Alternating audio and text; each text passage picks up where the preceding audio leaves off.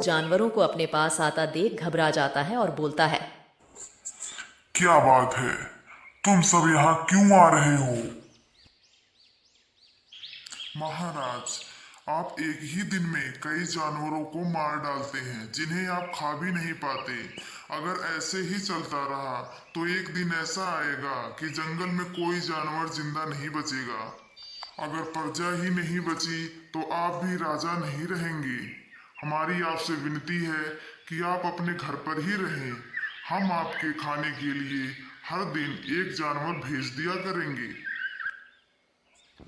ठीक है, लेकिन एक बात याद रखना, जिस दिन तुमने मेरे खाने के लिए भोजन नहीं भेजा, उस दिन मैं जितने चाहूं उतने जानवर मार डालूंगा।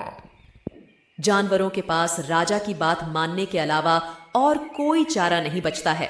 वह उसकी बात मान लेते हैं और अपने अपने घर चले जाते हैं। और प्रतिदिन शेर के भोजन के लिए एक एक जानवर भेजा जाने लगा। शेर की तो जैसे मौज ही आ गई थी, उसे बैठे बिठाए भोजन मिलने लगा। एक दिन शेर के भोजन के लिए एक नन्हे से हिरण को चुना गया। वह नन्हा हिरण जितना छोटा था उतना ही चतुर भी।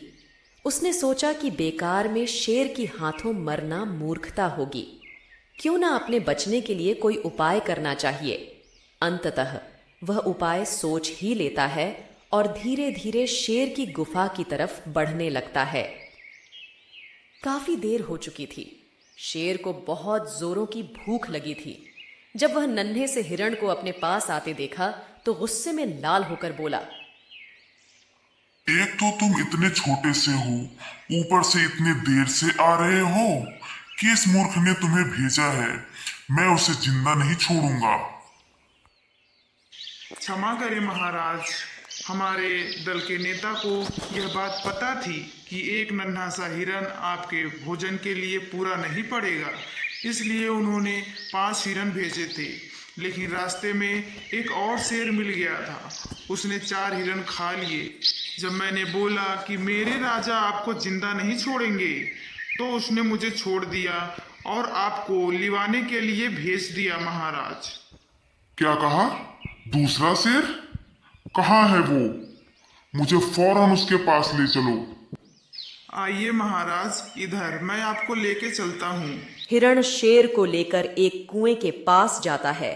पास जाकर बोलता है, महाराज जरा सावधान, वह यहीं कहीं छिपा है। तुम बस ये बताओ कि तुमने उसे कहाँ देखा था? जब मैंने उसे देखा था तो वो यहीं बाहर खड़ा हुआ था। लगता है आपको आते देख वह कुएं में छिप गया है महाराज। शेर कुएं में झांकने लगा और वह अपनी परछाई देखकर दहाड़ने लगा। उसको लगा कि कुएं में छिपा शेर भी उसको दहाड़ रहा है और बिना देर किए वह कुएं में छलांग लगा देता है और बचाओ बचाओ चिल्लाने लगता है। और कुछ देर बाद वह पानी में डूबकर मर गया और हिरण वहां से खुशी खुशी अपने घर लौट जाता है। हिरण ने शेर के मर जाने की खबर सारे जानवरों को सुनाई। दुश्मन के मर जाने की खबर सुनकर सारे जंगल में खुशी फैल गई और वे सब हिरण की जय जयकार करने लगे और खुशी खुशी जंगल में रहने लगे। इस कहानी से हमें यह सीख मिलती है कि किसी भी संकट की परिस्थितियों में हमें सूझबूझ और संयम से काम लेना चाहिए। आखिरी दम तक प्रयास करने से हमें उस संकट से छुटकारा जरूर मिलता है।